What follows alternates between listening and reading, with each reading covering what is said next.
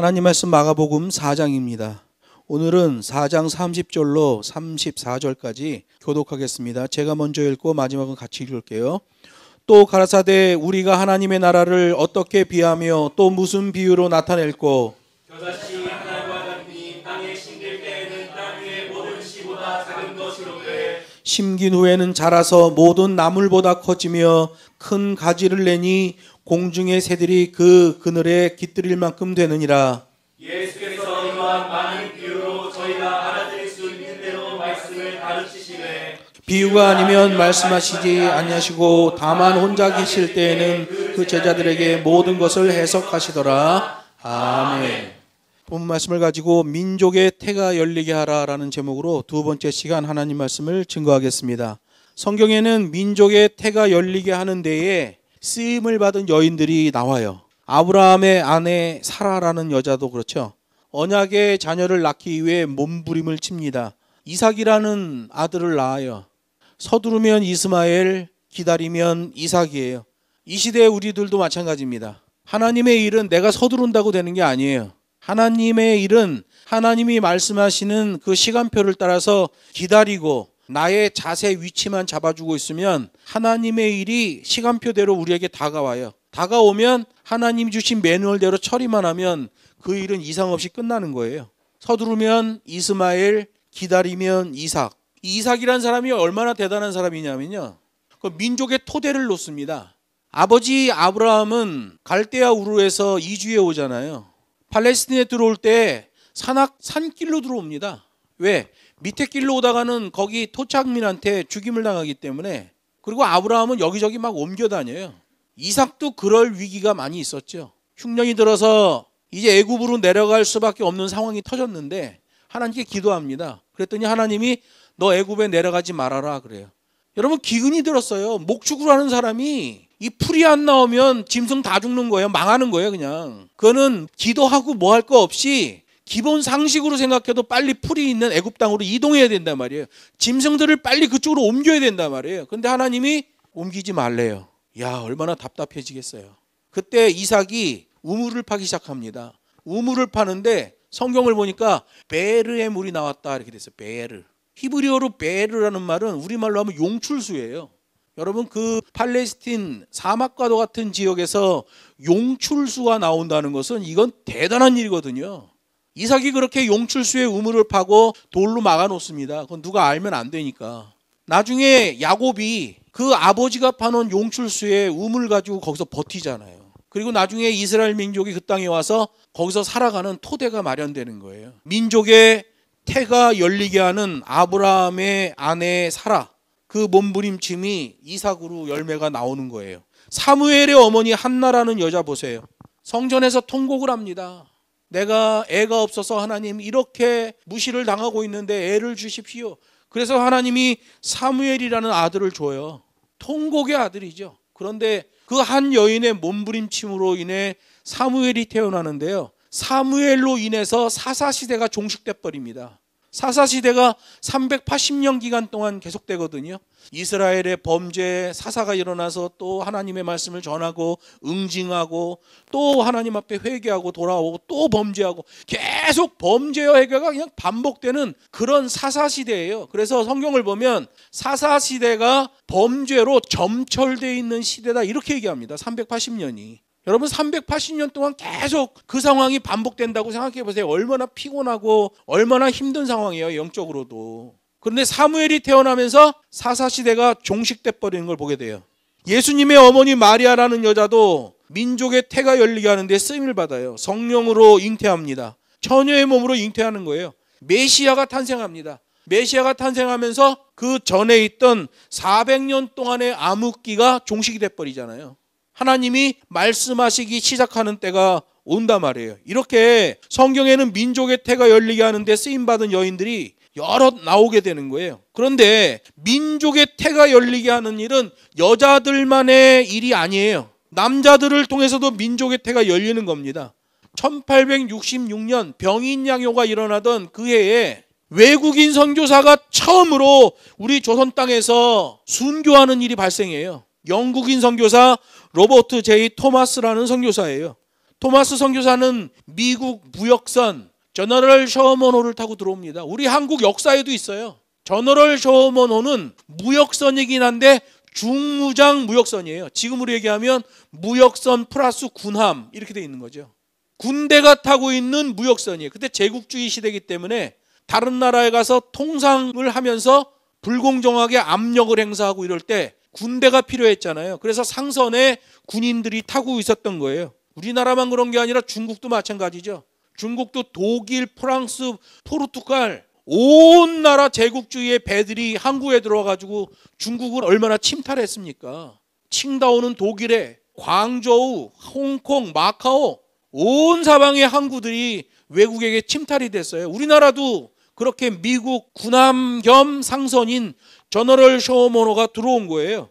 1866년 7월 25일에 대동강으로 들어오기 시작하는 거예요. 평양에 있는 강이죠. 이 토마스 선교사는 당시에 저너럴 셔먼호 안에 한국말을 하는 사람이 없었어요. 그래서 통역관으로 들어오게 됩니다. 그런데 여러분, 저너럴 셔먼호가 대동강에서 침몰을 하게 되잖아요. 처음에는 평양 감사가 고기도 넣어주고 먹을 식량도 넣어주고 다 넣어줬어요. 근데 뭐가 잘못돼가지고 저너럴 셔먼호를 우리나라 군졸들이 공격하기 시작했습니다. 그래서 불화살을 날려가지고 목재로 된 저너럴 셔먼호를 완전히 다 태워버렸어요. 그때 토마스 선교사가 간신히 탈출해가지고 수영쳐서 강변으로 나와서 처형되는데, 그때 토마스 선교사를 처형한 사람이 박춘곤이라는 사람이에요. 군졸로 있던 사람인데 이 박춘곤이라는 사람이 토마스 선교사의 목을 베버립니다. 그래서 토마스 선교사가 한국에서 순교를 하게 되죠. 원래 토마스 선교사는 중국 선교사예요. 영국에서 신학대학을 졸업하고 중국 상하이로 파송됐어요. 근데 그때만 해도 워낙 상황이 안 좋으니까 사모님이 선교지에서 병을 앓고 죽습니다. 이 토마스 선교사가 이 젊은 20대의 선교사가 완전 멘붕이 온 거예요. 그래서 상하이에서 그렇게 멘붕이 온 상태로 있었는데 조선인을 만난 거예요. 거기서 생전 처음 조선이라는 나라가 있고 거기 사람이 와 있다는 걸 알게 되는 거예요. 상하이에서 누구 만났겠어요? 전라도 사람 만났죠. 왜냐하면 우리나라 전라도 영암이라는 곳과 상하이는 아주 옛날부터 무역선이 왔다 갔다 했어요. 상하이에는 우리나라 전라도 사람들이 좀 있었단 말이에요. 전라도 사람을 만나게 된 거죠.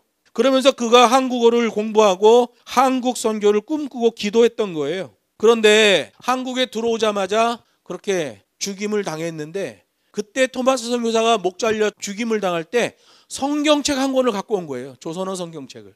그래서 그거를 박춘곤한테 내놓으면서 목 잘려서 죽은 거예요. 성경책 하나 놓고 토마스 선교사가 죽어버렸죠. 박춘곤이 그 성경책이 뭔가 그러고 집으로 가져와서 그걸 읽은 거예요. 읽다가 이 박춘곤이 하나님 앞에 회개하게 됩니다. 그리고 평양교회의 장로가 돼요. 나중에 이 사람이 평양교회 장로가 되는데 저희 노예 소속이에요. 거기 장로님이죠. 그러니까 역사가 이렇게 다 엮여져 있는 거예요. 물론 시간적으로는 우리보다 훨씬 앞세대 사람이긴 하지만 하나의 흐름 가운데 있는 것을 보게 돼요. 그때 그 일로 인해서 저너럴 셔먼호가 불타고 물에 가라앉을 때, 그때 그 대동강 안에 있는 조그만 섬이 있었는데 그거를 북조선 사람들이 복음도라고 부르는 거예요. 복음도. 복음을 전하러 온 사람이 그렇게 있었고, 그때 저너럴 셔먼호가 그렇게 불타서 소실됐다. 거기가 복음도로 불리는데, 저희가 평양에다가 지원하고 있는 최현숙 자매, 북경에 있던 사람들은 그 최현숙 자매 봤을 거예요. 그 최현숙 자매가 복음도 바로 앞에 삼상 권선 모터를 감는 회사 사장이란 말이에요. 거기서 15가정이 모여서 주일날이면 찬양하고 예배하고 식사를 하고 같이 나누고 있단 말이에요. 토마스 선교사가 죽었던 바로 그 땅 위에 저희가 지원하는 교회가 거기 세워졌단 말이에요. 이게 다 연결이 되는 거죠. 박춘곤 장로가 저희 노예 직접적인 장로님이 되셨고, 여러분 사역이란 이런 거예요. 저 심양에 가면 동관교회라고 있는데 한글 성경 요한복음이 제일 먼저 번역된 곳이에요. 존 로스 선교사. 거기 그분이 요한복음을 번역하던 조그만 집을 제가 그때 가서 발굴했어요. 발굴해가지고 거기 동관교회 목사님을 만났죠.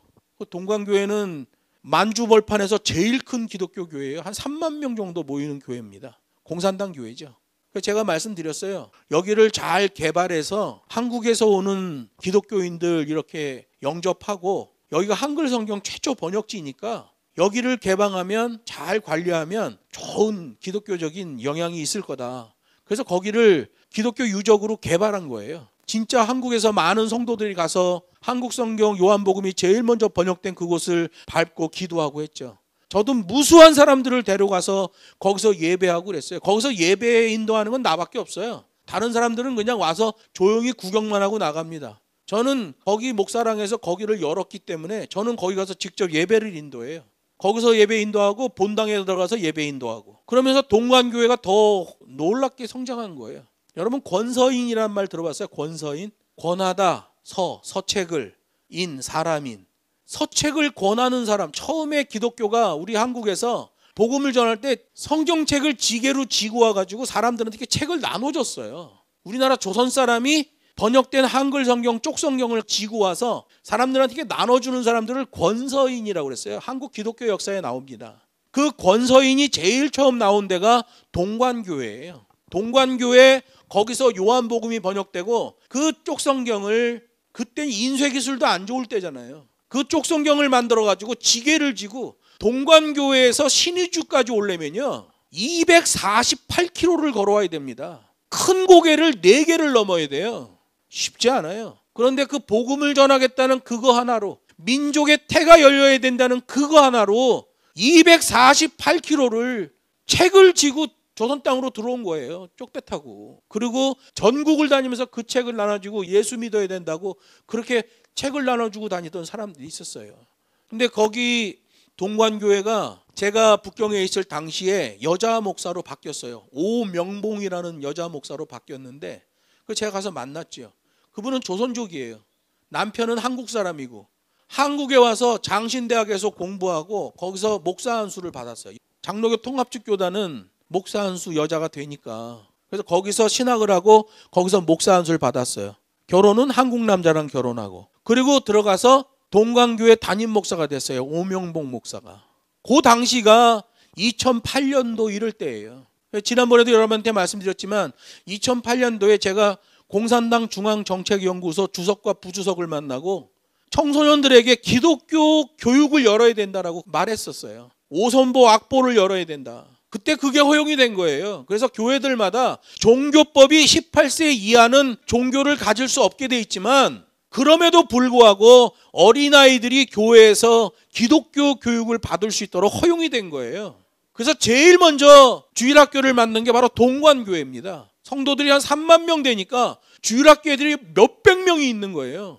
그래서 그때 가서 그 주일학교 세팅하는 것을 제가 좀 협력을 했어요. 그런데 그리고 몇 년 안 지났는데 제가 절강성에 가서 사역을 하는데, 제가 사역하러 간 교회는 교인의 한 80%가 다 변호사들이에요. 그런 교회가 있더라고. 가정교회인데 거기서 밥을 먹는데 동관교회에서 오기로 했다는 거예요. 그래서 동관교회에서 왜 오냐 그랬더니 알파 교육을 받기 위해서 온다는 거예요. 알파.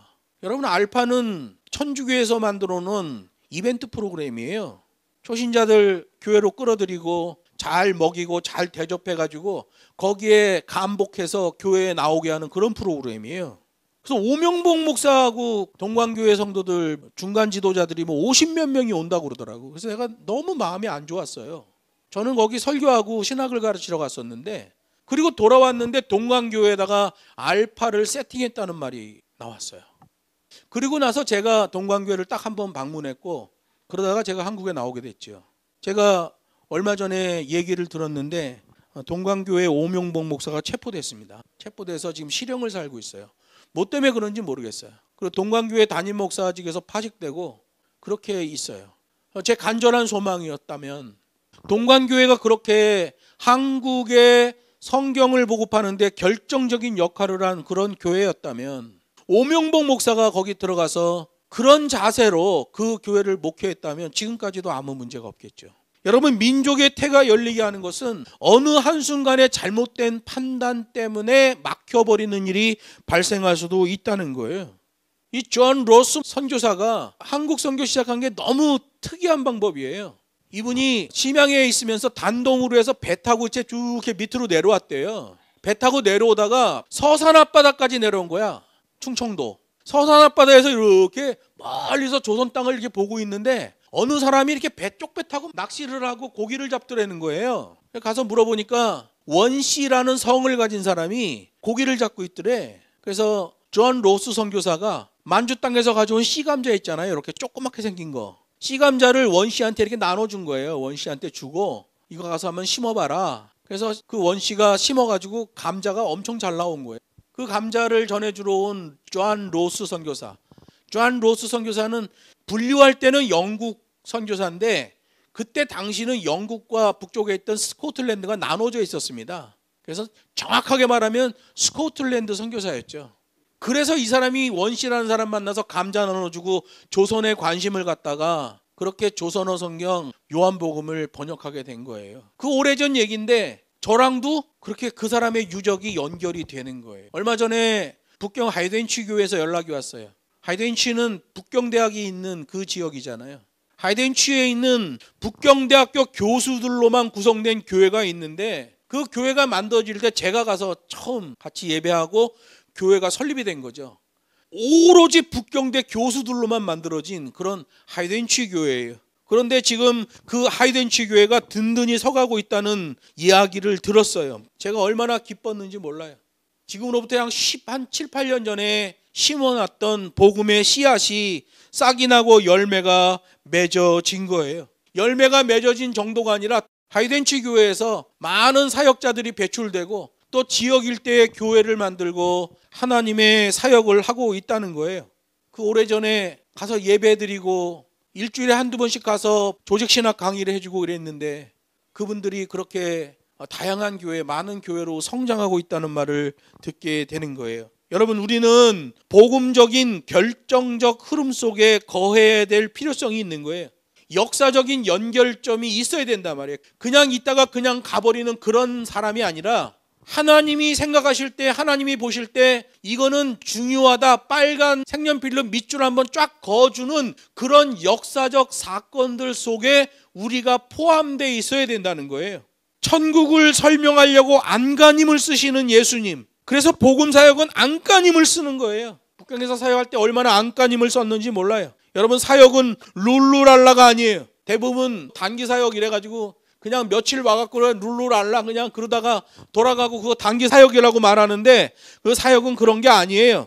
하나님의 나라는 사람이 땅에 씨를 뿌림과 같다고 성경이 말씀해요. 싹이 나고 이삭이 맺히고 곡식이 되는 것, 열매와 추수, 이게 법칙이고 순리라는 거예요. 그 안에서 움직여야 돼요. 겨자씨는 다른 씨보다 더 작은 씨지만 땅에 제대로 심기기만 하면 그것이 자라나서 공중의 새들이 깃들게 된다고 성경이 말씀하셔요. 아무리 보잘것없는 것이라도 거기에는 반드시 과정이 있어야 되고 그 과정에 따른 결과가 있어진다는 얘기예요. 렘넌트 된 다음에 증인으로 되고 제자가 된 다음에 증인이 되는 것, 구약과 신약을 통과하는 하나님의 일꾼의 특징이에요. 이걸 프로세싱 언어라고 그래요. 앞에 게 안 되면 뒤에 건 무조건 안 되는 거예요. 여러분, 겨자씨도 마찬가지예요. 그 작고 보잘것없는 겨자씨를 할지라도 반드시 과정이 필요하다는 거예요. 그 과정에 따른 결과물을 얻게 된다는 거죠. 그래서 여러분, 구원도 내가 그냥 어느 날 예수를 믿겠습니다 그러면 그 사람이 구원의 결과를 맛보는 게 아니에요. 성경을 보면 하나님이 우리에게 구원을 선물로 주실 때 구원의 과정을 선물로 주셔요. 그래서 천국을 향해서 나아가는 사람은 구원의 과정 가운데에 그 자세가 정확하게 나오게 되는 거예요. 사역을 하다 보면 코드가 맞는 사람, 간이 맞는 사람이 있어요. 인본주의적 자기 기준을 들이대지 않는 사람이에요. 여러분, 그런 사람들에게 복음이 전수된다는 거예요. 신학교에서 1800명의 목사 후보생들이 공부하고 있는데 간이 맞는 사람이 그렇게 많지 않습니다. 뭘 보면 알아요? 학점 취득하는 거 보면 알아요. 정말 어렵게 취득해야 되는 그런 과목들, 그건 누가 컨펌을 하는지를 잘 봐야 돼요. 수강 과목 이수 신청하는 거 정말 힘든 과목을 체크해서 공부하는 전도사들이 있어요. 그런 사람들은 나중에 사역도 힘들고 어려운 사역도 담아내고 그거 풀어가는 걸 보게 돼요. 그런데 단순하게 학점이나 받고 얼른 졸업이나 하고 이런 데 초점 맞춰진 사역자는 신대원 3년을 졸업하고 나왔는데도 뭐 해야 될지 몰라요. 그리고 덜렁덜렁거리고 있다가 대충대충 하고 있다가 선교지에 나간대요. 선교사 하러. 그 선교지에 나가서 공차하고 있어. 너 왜 공차냐? 그러면 축구 선교한다는 거야. 확 그냥 막 그냥. 축구 선교가 어딨어. 선교사, 목사는 무조건 교회 세우는 거예요. 교회 세우고 교회를 통해서 일하시는 하나님을 증거해내는 거예요. 축구 선교한대. 그러다 망했어. 한국에 들어왔어. 저기 수원에다 교회 개척했어. 개척하고 몇 년 아주 죽도록 고생하다가 망했어. 교회가 안 돼. 준비가 안 돼 있으니까. 신대원 졸업하면 뭐하냐 말이야. 그러더니 최근에 뭐 베트남인가? 어디로 또 나갔어. 공을 찼으니까 그 베트남 동네 애들 모아놓고 한국에다가 유니폼 맞춰서 가져가서 애들 입혀가지고 일주일에 한두 번 공차는 거야. 거기 애들 뭐 할 일이 없으니까 공차로 나오죠. 그리고 막 같이 사진 찍고 축구 사역 한다고. 그냥 확 그냥 막 그냥. 그렇게 실패를 했으면서도 또 그 짓을 하는 거예요. 왜 그럴까요? 돈을 받으려고 그렇게 하는 거예요. 그 사역이라고 거짓말하는 거예요. 그러면서 이야기를 하더라고요. 자기가 이렇게도 해보고 저렇게도 해보고 사역이 안 됐는데 하나님께서 이런 쪽으로 또 사역을 열어주셨다. 하나님이 열어주셨다는 거야. 그런데 좀 있다가 그게 안 되면 유야무야야. 그냥 하나님이 열어줬다 그러는데 죽기 살기로 그것을 안간힘을 쓰고 힘쓰고 애쓰면서 그 사역을 해나가려고 하지 않아요. 그냥 자기 기분 좋으면 하나님의 사역이라고 그러고 자기가 좀 힘들면 그냥 헌신짝 버리듯이 그냥 버려버리는 거예요. 그건 기독교인으로서 할 말이 아니죠. 기독교인은 과정도 필요하고 결과도 정확한 법과 식대로 프로세싱, 그 진행 방법대로 돼야 돼요. 그래야 합당한 열매를 맺게 되는 거죠. 예수님의 사역에 있어서 핵심 포인트를 보면 제자들을 양육하는 거예요. 제자들은 복음의 증인이 되고 교회를 세울 사람들이기 때문에 그래요. 그래서 여러분 예수님이 제자들을 양육하는 것 보면 예수님을 아주 근거리에서 따라다니게 하잖아요. 예수님의 생각, 예수님이 하시는 말, 예수님이 하시는 자세, 습성 이런 걸 다 노출시키고 그걸 배우게 한단 말이에요. 그런데 제자들이 그 안에 쓴뿌리가 너무 많아서 문제가 그렇게 많이 발생하고 그렇게 밀착을 해줘도 헛발질을 하는 거예요. 악한 인성의 쓴뿌리가 그대로 남아있는 거예요. 나중에 마가다락방에서 성령을 받고 나니까 그때 달라지는 걸 보게 돼요. 여러분 우리도 우리 자기 자신을 볼 때 얼마나 초라한 게 많아요. 복음 역사상 큰 일을 한 사람들도 다 자기 자신을 초라하게 봤어요. 그러나 그렇게 초라할지라도 하나님께 붙잡혀 사용되는 인생은 결코 작지 않다는 거예요. 그게 바로 겨자씨 비유의 말씀이 아니겠어요? 민족을 잉태하는 방법도 바로 그거예요. 그래서 저는 선교지에 나가서 하나님께 기도할 때 그렇게 기도했어요. 하나님, 내가 이 중국 민족을 위해서 이 민족을 위해서 사역을 하겠는데 이 민족이 한 사람부터 시작된다는 걸 믿습니다. 그래서 어느 한 사람 딱 잡으면 양육하는데 최선을 다했어요. 사역은 인재양성 사역이 사역입니다. 뭐 의사들이 나가갖고 뭐 의료사역 확 그냥 막 그냥 의료봉사라고 그래. 무슨 의료사역이야. 뭐 축구선교 확 그냥 축구 활동이란 그래. 그냥 복음을 전하기 위해서 축구 활동을 했다 이렇게 얘기하면 맞아요. 그런데 자기가 하고 있는 모든 일이 마치 하나님의 절대성을 가져온 사역인 것처럼 말하고 그러면 안 된단 말이에요. 그런 사람들이 얼마나 많아. 난 요즘에 커피 따르는 목사가 이중직 커피 사역 막 이러는데 확 그냥 막 그냥 내가 막 뭐라 그랬어. 목사가 자기 일을 잘하고 있어도 정말 100점짜리 사역을 하고 있는데 어떤 카페를 내고 이러면 내가 알바로 카페를 한다.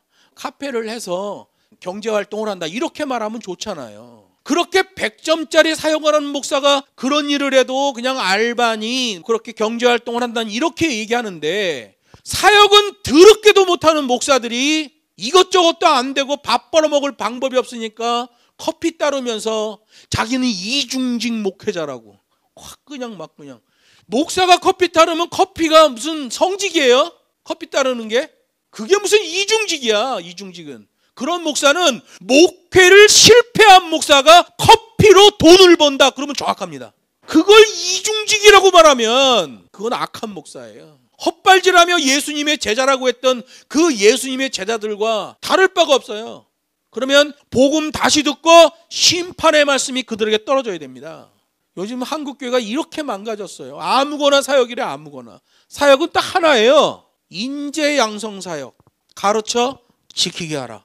그게 사역이에요. 그 외에는 없어요. 성경은 좁게 해석할수록 진리예요. 좁게 해석할수록 순도가 나와지는 거죠. 사역은 딱 하나예요. 교회를 개척하고 그 교회에서 가르쳐 지키게 하는 사역. 그게 목사에게 주어진 유일한 사역이에요. 다른 거는 다 곁길로 가는 거죠. 하나님의 법과 식대로 씨앗이 뿌려지면 초라한 인생들이라고 할지라도 싹이 나고 자라나서 열매 맺고 새들이 깃들게 된다는 거예요. 한 사람이 민족의 시작이다. 여러분, 사람에게는 인정을 받으나 하나님께 인정을 받지 못하는 사람들이 있잖아요. 특히 성경에 보면 사도 바울이 그렇잖아요.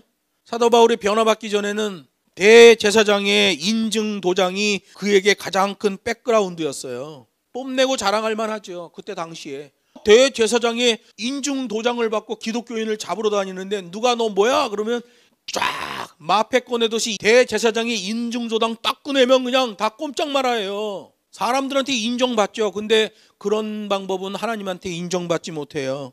사도 바울이 변화된 다음에는 그런 것 다 만물의 찢기로 여기고 하나님의 말씀에 의해 인증되는 것으로 만족하잖아요.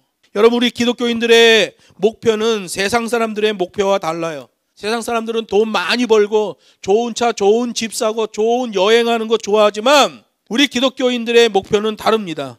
세상 사람들은 많은 돈을 벌고 입신양명하고 좋은 집, 좋은 차, 좋은 여행, 돈 펑펑 쓰는 거 좋아하지만 우리 기독교인들은 다르단 말이에요. 우리 기독교인들은 주님이 나를 먼저 부르셨다는 것을 꼭 기억해야 돼요. 내가 주님을 찾은 게 아니라 주님이 먼저 나를 부르셨다. 우리 기독교인들은 십자가를 지는 고난의 길을 가는 사람이라는 걸 꼭 잊으면 안 돼요. 그래서 기독교인이 되면 짐을 벗으려고 하면 안 돼요. 내가 어떤 짐이 싫어서 짐을 벗으려고 하면 또 다른 짐이 지워지게 되는 게 우리 기독교의 법칙이에요. 그래서 우리 기독교는 지금 나에게 있는 짐을 성실하게 짊어지고 담아내는 것, 그게 100점입니다.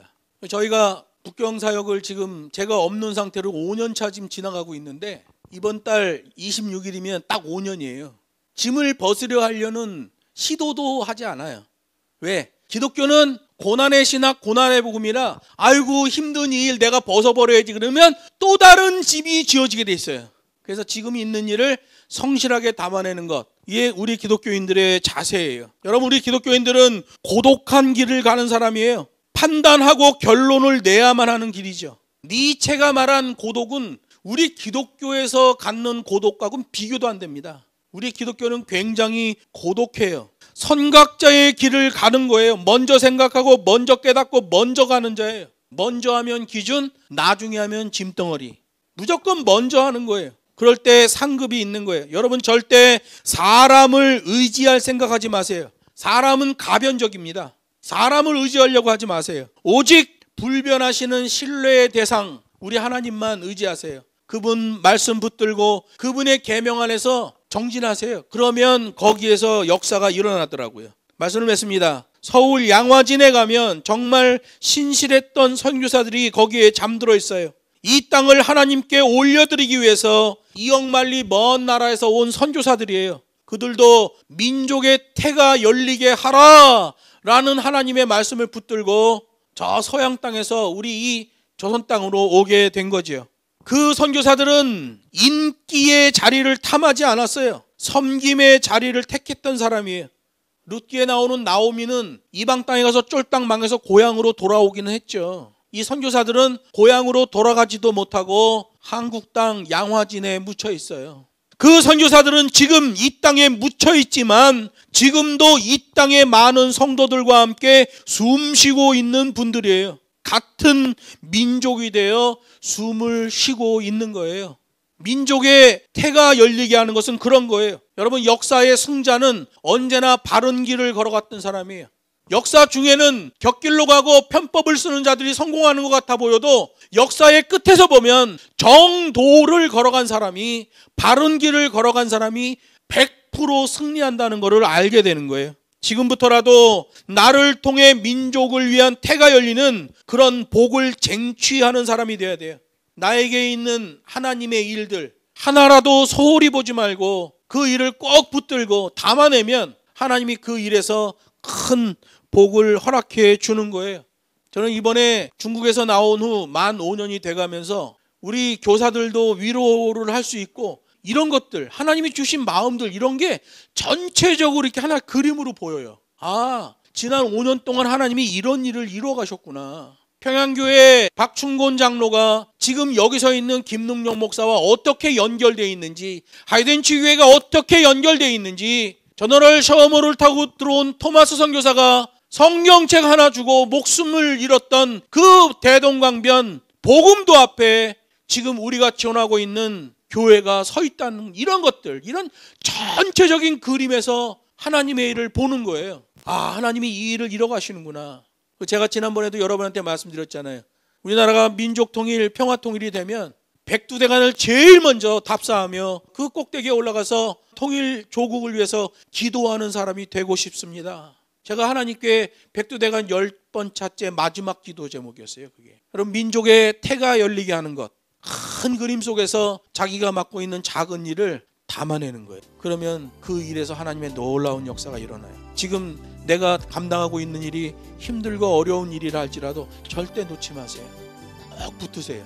거기서 열매가 나오고 거기서 하나님의 놀라운 증거들이 나오게 되는 거예요. 그게 겨자씨의 비유에 나오는 주의 교훈인 줄로 믿습니다.